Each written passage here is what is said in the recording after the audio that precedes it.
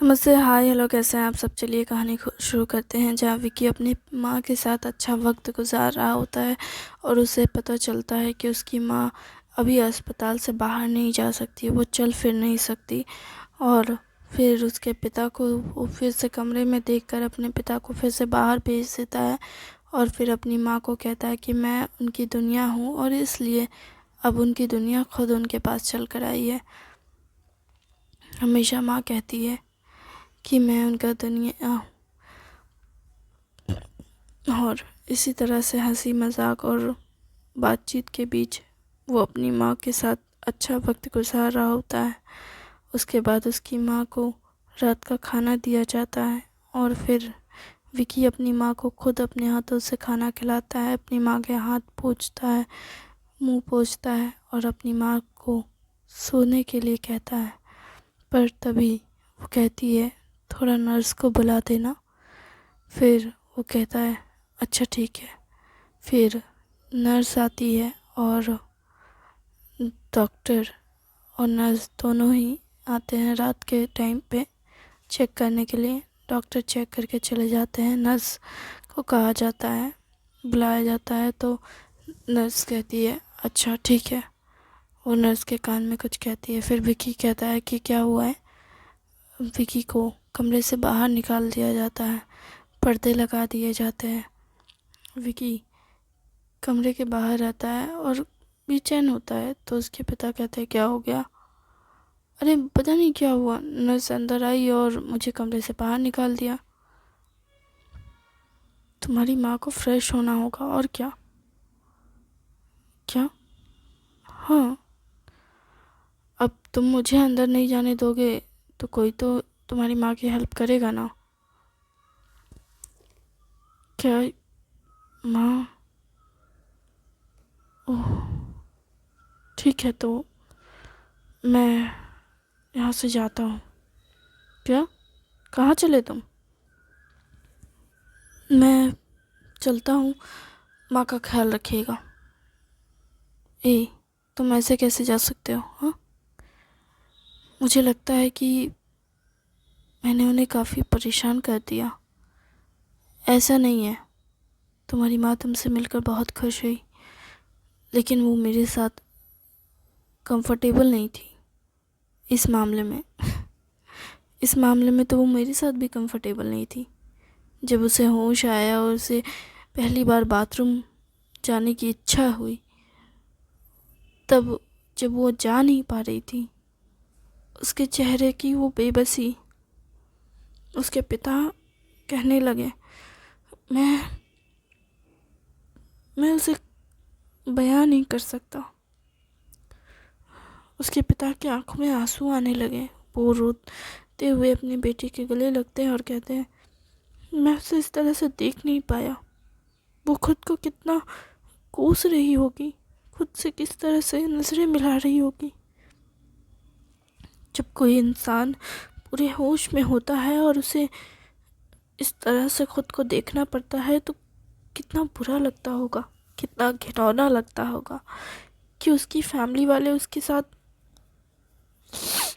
भले ही उसके लिए ये हमारे लिए बस नॉर्मल हो सकता है कि कोई बात नहीं, एक छोटे बच्चे का जैसे हम ख्याल रखते हैं वैसे, लेकिन वो छोटी बच्ची नहीं है। उसे पता है वो कितना मुश्किल वक्त फेस कर रही होगी, इसका अंदाज़ा भी हमें नहीं है। उसे किस तरह से फील होता होगा, ये हम सोच भी नहीं सकते। इसलिए इसलिए तुम ये मत सोचो। तुम्हें पता है क्या, यहाँ जनरल वार्ड में एक बूढ़ा है, वो बिस्तर से उठ नहीं पाता। रोज़ उसकी बहू आती है, उसके उसे बाथरूम कराती है, उसे लेकर जाती है, साफ करती है उस आदमी को।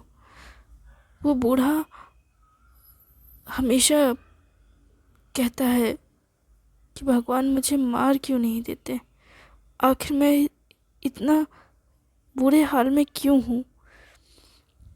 आज के डेट में मेरा बच्चे मेरे इस तरह से ख्याल रख रहे हैं जैसे कि मैं एक छोटा बच्चा हूँ, लेकिन मैं कोई पागल नहीं हूँ। मुझे खुद से घिन आती है जब उसकी बहू नहीं आती है। तब कई बार बिस्तर में ही वो बाथरूम कर देता है, और उस वक्त उसे इतना बुरा लगता है उस आदमी को कि कुछ बोलने का नहीं। कई बार हॉस्पिटल तक महक जाते हैं अगर उसका पेट खराब हो जाता है तो। तब नर्सेज आ कर के उसे साफ़ करती है। उसे कितना घिनौना महसूस होता होगा। मैं तो सोच के ही हैरान हो जाता हूँ कि आखिर वो कैसी ज़िंदगी जी रहा है। तुम्हें पता है इस अस्पताल में ऐसे कई लोग हैं जो इस तरह की ज़िंदगी जी रहे हैं, पागलपन, घिनौनेपन से। और वो खुद से नज़रें नहीं मिला पाते, खुद से ही नफ़रत करने लगते हैं। कहते हैं कि ऐसी ज़िंदगी से मौत अच्छी है, खुद को इस तरह से देखने से अच्छा कि मैं मर गया होता। पर उसके परिवार वाले हमेशा उसे ये कहते रहते हैं कि कोई बात नहीं, सब ठीक है, सब ठीक हो जाएगा। लेकिन कहीं ना कहीं उन्हें भी अंदाज़ा होता है कि सब ठीक नहीं हो सकता। वो जिस लाचारी, जिस बेबसी में है, वो ठीक नहीं हो सकता। तुम्हें पता है इस दुनिया में ऐसे बहुत सारे लोग हैं जो उठ नहीं सकते, बैठ नहीं सकते, चल नहीं सकते। उनकी पूरी ज़िंदगी किस तरह की चीज़ों में गुजर रही है इसका अंदाज़ा भी तुम्हें नहीं है। लेकिन फिर भी वो इंसान ज़िंदा है। इसलिए नहीं क्योंकि उसके अपने उसे देख नहीं सकते, इसलिए क्योंकि उन्हें उम्मीद है कि उनके अपने उनसे तब भी प्यार करेंगे। और मेरा प्यार कभी कम नहीं हुआ तुम्हारी माँ के लिए, और इसलिए मैं उसकी देखरेख खुद करता हूँ। लेकिन माँ नहीं चाहेगी कि मैं ऐसा कुछ करूँ। हाँ, वो नहीं चाहेगी, इसलिए तुम जा सकते हो, और मैं तुम्हें चाहता भी हूँ कि तुम जाओ। क्या आप मुझे भगा रहे हैं? नहीं, मैं तुम्हें भगा नहीं रहा हूँ। मैंने तुम्हें इसलिए तुम्हें नहीं बताया क्योंकि तुम्हारी माँ कहीं ना कहीं नहीं चाहती थी कि तुम उसे ऐसे देखो। मैं समझ सकता हूँ कि उसने काफ़ी वक्त से ये सब खुद के अंदर रखा, खुद को रोके रखा। क्या उन्हें मेरे सामने शर्मिंदगी होती है? नहीं, उन्हें खुद से शर्मिंदगी हो रही है, और तुम्हें ये बात समझ नहीं आएगी क्योंकि ये बेबसी मैंने देखी है। जब मेरी तबीयत खराब हुई थी, मैं अस्पताल के बिस्तर पे था, तो किस तरह से तुम्हारी माँ ने मेरा ख्याल रखा। हालांकि मैं उठ सकता था, मैं चल फिर सकता था, फिर भी उसने 2 दिन तक कंटिन्यू मेरे पास रही, मेरा ख्याल रखा, मुझे सहारा दिया। मेरी हालत इतनी बुरी नहीं थी जितनी बुरी तुम्हारी माँ की है, लेकिन फिर भी वो खुश और ज़िंदा होने की कोशिश कर रही है, और मुझे भी उसे ये एहसास दिलाना है कि वो ठीक हो सकती है। वो इस सब से, इस पल से, इस घिनौने पल से नफ़रत ना करे। ये बस ज़िंदगी का एक हिस्सा है, और ये घिनौना नहीं है। भले ही वो ऐसा सोच ले, लेकिन मैं उसे इस सब में अकेले नहीं जूझने दे सकता। आखिर हम साथी हैं, ज़िंदगी भर का साथ है हमारा। हम ऐसे एक दूसरे से घिना नहीं कर सकते। जानते हो, मुझे याद है जब मैं उस बूढ़े के पास गया था कुछ वक्त पहले, तो उस बूढ़े ने कहा कि जब मेरी बीवी जिंदा थी तो उसने मेरा ख्याल रखा। उसने दिन रात एक कर दिया सिर्फ मेरा ख्याल रखने में, और आखिर में खुद बीमार पड़कर चल बसी। और ऐसा नहीं था कि उसे बहुत बड़ी कोई बीमारी हुई थी, नहीं, वो थोड़ी कमज़ोर और थकी हुई सी लगती थी। मैं उसे कहता था कि वो आराम कर ले। एक रात हम दोनों अपने खाट पे सोए हुए थे। हमारे अलग अलग बिस्तर थे, 2 खटिए अलग अलग जगह पे रखी हुई थी। पर उस रात उसने कहा कि वो मेरे पास सोना चाहती है। मैंने बोला अच्छी बात है, आ जाओ। वैसे भी मैं तो चल फिर नहीं सकता था, तो वही आई मेरे पास। उसने मुझे गले लगाया, मैंने भी उसे गले लगाया। उसने कहा कि अपना ख्याल रखना। वो उसकी आखिरी रात थी। उसने मुझे गले लगाया और फिर वो सुबह नहीं आँख खोली। मैंने कितना उसे आवाज़ दिया। मुझे याद है उसके आखिरी शब्द। उसने कहा अपना ध्यान रखना, चाहे कुछ भी हो, हार मत मानना। उसने कहा कि हमेशा मुस्कुराना, तुम्हारी मुस्कान मुझे खुशी देती है। उसकी आंखों में आंसू थे जो मेरे कपड़ों में को भिगा रहे थे, लेकिन फिर भी मैंने उसे रोने दिया और उसे कहने दिया। उसने मुझसे कहा कि अगर किसी रोज़ मैं ना रहूं तो भी तुम मुस्कुराना। तुम्हें पता है, ये जब बात सुनकर मेरा उससे कुछ कहने का मन किया, लेकिन मैंने बस बात को हंसी में उड़ा दी, ये कहकर कि तुम मजाक करती हो क्या? हाँ, तुम मुझसे पहले कैसे जा सकती हो? तुम तो बिल्कुल स्वस्थ हो। मुझे देखो, मुझे तो इतनी बीमारियां हैं, मैं तो उठ भी नहीं सकता, चल भी नहीं सकता, मेरे कमर के नीचे का हिस्सा काम ही नहीं करता। तुम ही हो जो मुझे संभाले हुए हो, और तुम कहती हो कि तुम मुझसे पहले चली जाओगी? हो ही नहीं सकता। वो कहने लगी मुस्कुरा कर, क्या पता किसी रोज़ चली गई तो तुम्हारा इंतज़ार करूँगी ना। पहले से हमेशा तुम्हारा इंतज़ार किया है। पहले जाऊँगी तो तुम्हारे लिए खूबसूरत सा बिस्तर सजाऊँगी। अच्छा, फरिश्तों की दुनिया में बिस्तर सजाओगी? हाँ, स्वर्ग में क्यों नहीं लगा सकती? कैसे पता स्वर्ग में और अच्छे बिस्तर हो? तुम कब से इस खटिए पे पड़े हो? तुम्हें पता है, बहुतों के पास बहुत बड़े बड़े बिस्तर हैं, बड़े बड़े पलंग है। मैं तुम्हारे लिए एक बिस्तर सजाना चाहती हूँ जिस पर तुम आराम से सो सको और जितनी मर्जी हो उतने पे हाथ पैर चला सको। तुम अपने हाथ पैर नहीं चलाते हो ना, इसलिए तुम इस खटिए पे पड़े हो। हमने करीबन आधी रात तक बातें की और उसके बाद उसने कहा अब मुझे सोने दो, मैं तुम्हारे पास ही सोना चाहती हूँ हमेशा के लिए। मुझे उस वक्त समझ नहीं आया कि वो क्या कहना चाहती है। मैंने भी उसे कस के गले लगाया और कहा हाँ ठीक है, सो जाओ। उसके बाद वो कभी नहीं जागी। हमारी वो बातचीत, वो प्यारे लम्हे एकदम से गायब हो गए। जानते हो, मैं वो दिन नहीं देखना चाहता जब तुम्हारी माँ भी ऐसा कुछ कहे मुझसे, लेकिन मैं उसे खो नहीं सकता, खास करके तब जब वो कई बार हमारे अपने भी हमें इस तरह देखकर टूट कर बिखर जाते हैं। वो खुद भी टूट कर बिखर रही होगी। वो दादा ने कहा था, उसने कहा कि मैं मुस्कुराऊं। कैसे मुस्कुराऊं जब वो मुझे इस हाल में देखकर चली गई, मुझे यहाँ अकेले छोड़ गई। मैं कैसे मुस्कुराऊं?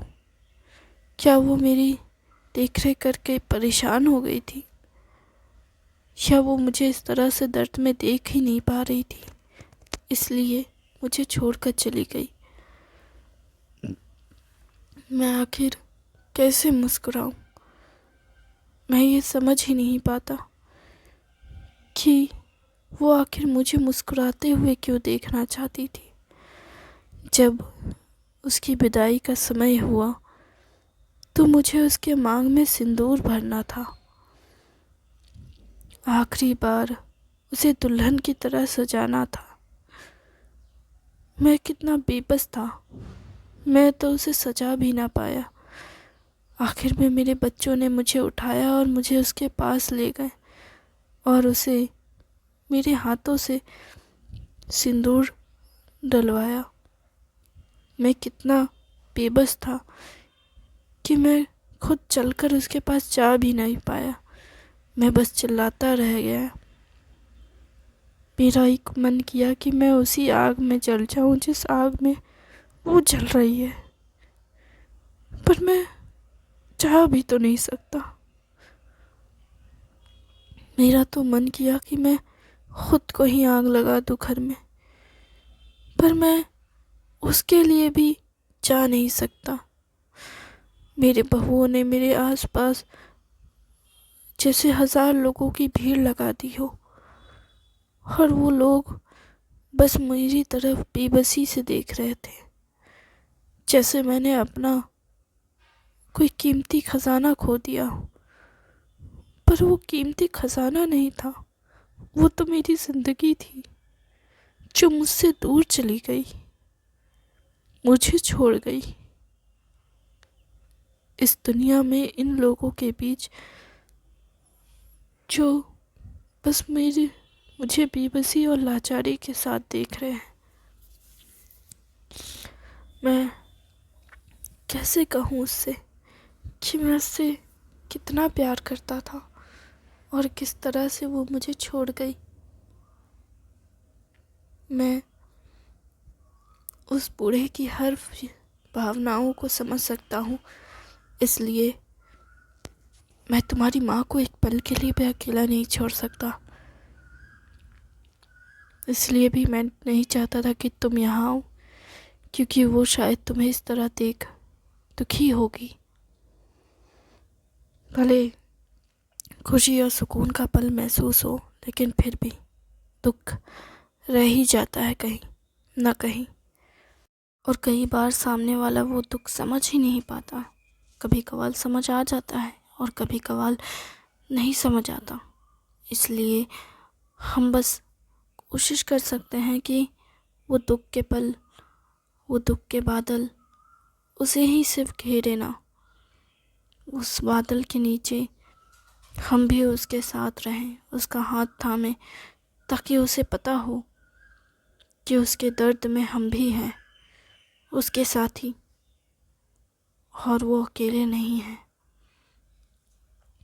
और मैं हर पल हर वक्त तुम्हारी माँ को ये एहसास दिलाना चाहता हूँ, मेरे लिए कुछ भी बुरा नहीं है, कुछ भी घिनौना नहीं है, कुछ भी बेकार नहीं है। अगर अगर वो है तो मैं हूँ, वो नहीं तो मेरा कोई वजूद ही नहीं है। मैं उसे यह एहसास दिलाना चाहता हूँ, और ये काम तुम नहीं कर सकते क्योंकि तुम बेटे हो, पति नहीं। जब तुम किसी के पति बन जाओगे तो तुम्हें भी उसे यही एहसास दिलाना होगा। और समझ लेना, ये एहसास ज़रूरी है उसके लिए, क्योंकि अगर किसी लड़की को ऐसा लगे कि जिसके लिए वो सब कुछ कर रही है, वो उसे उसके सबसे बुरे वक्त में उससे नफरत करता है, उसमें गुस्सा करता है, तो वो टूट जाती है। उसे लगता है कि उसकी ज़िंदगी का कोई मतलब ही नहीं। जब उसका सबसे बुरा वक्त होता है, उस वक्त उसका साथी अगर उसका हाथ छोड़ दे तो उसे दर्द होता है, और वो दर्द हम नहीं समझ पाते, क्योंकि हमारे लिए तो ये नॉर्मल होता है, पर उसके लिए ये नॉर्मल नहीं है। और सच कहा जाए तो हमारे लिए नॉर्मल हो भी नहीं सकता जल्दी, क्योंकि हम हाथ कभी हमारे साथी छोड़ते ही नहीं हैं।